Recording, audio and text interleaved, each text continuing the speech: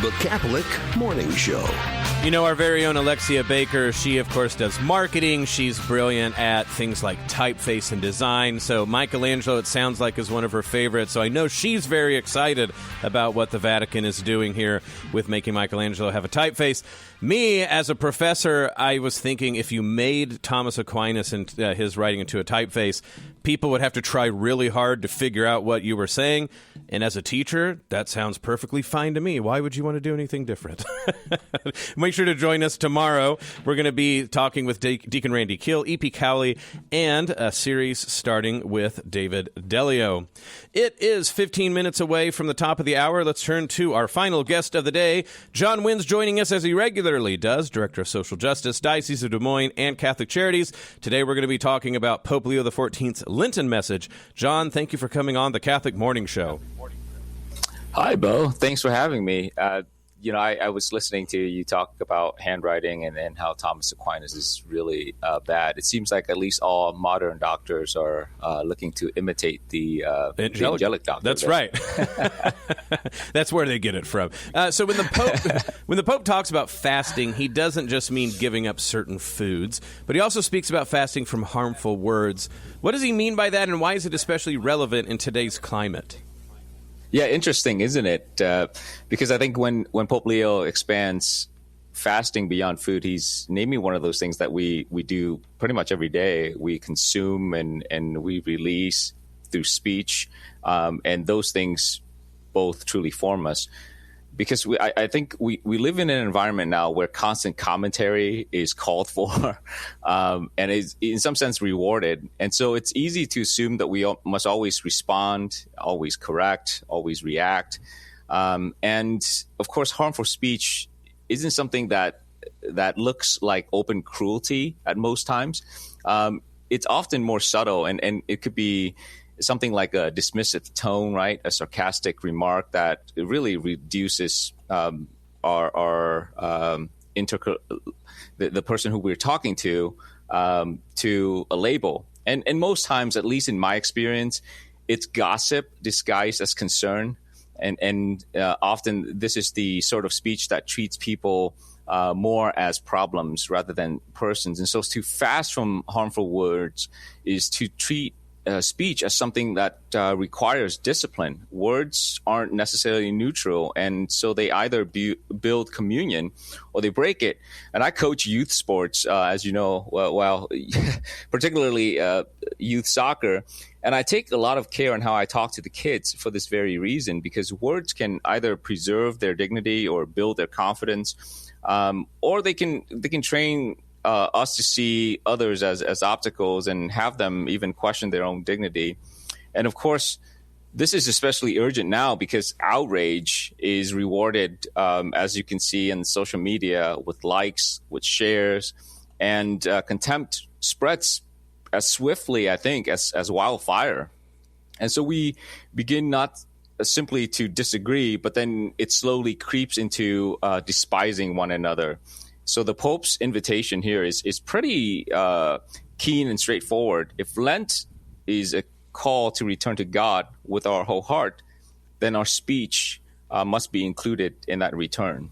Yeah, when you think of spiritual discipline, and just the word discipline at all, we can have all sorts of ideas that we hang on it rightly or wrongly. But when you think about how physical fasting and fasting from harmful speech are actually connected, as Pope Leo XIV says, maybe that begins to give us a better, fuller understanding of what spiritual discipline itself is, that both can be included under that header. Mm-hmm. Yeah, that's right. Both forms of fasting train essentially the same virtue. It's restraining something that's ordered towards love. And you have physical fasting that teaches essentially the body that, immediate desires are not necessarily a command. I can feel hunger and still choose not to eat. I can experience discomfort and not be ruled by that discomfort.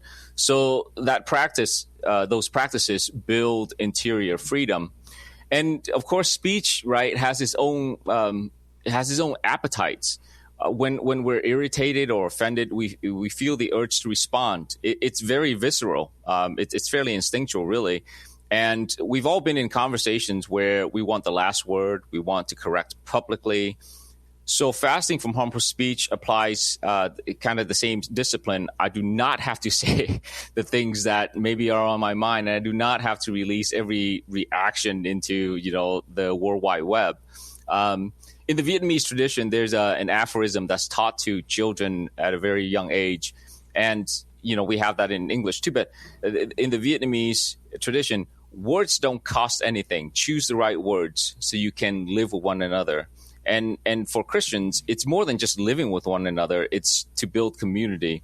So both kind of fastings reveal to us what truly controls us. If we talk about hangry, if missing a meal makes me kind of a harsh person, what does that tell me about myself? And so if silence or if foregoing the last word is unbearable to me, what does that teach me about myself? So Lent really exposes the attachments that we have. And so when we notice those attachments and begin to discipline ourselves, we can build then charity and not just go on impulse. And you brought up social media and the news. I think about how I've already erased 2 text messages this morning. But if you think about our divided cultural moment and all the ways in which that division occurs, what would it actually look like for Catholics to practice this kind of fasting in daily life? And how would that actually have ramifications on something like the common good and social justice? Well, I think it's easier than what we think, because it begins. I think it begins with little pauses. So before, say, reacting to a headline or a post, I follow some Catholic social media commentators and things, and there's always something that they're posting. I don't think it's very much building charity or the common good. So before reacting to, say, headlines or posts, ask, is this truly for love, or is it just to build my own fan base or ego? And those little pauses can really build charity. And it may mean that refusing certain cycles altogether, not sharing every outrage clip that we get, not entering every argument that's there online, not reposting the things that we haven't read.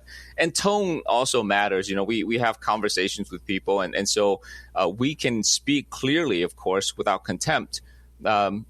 Charity can be firm without being cruel. So being direct, but not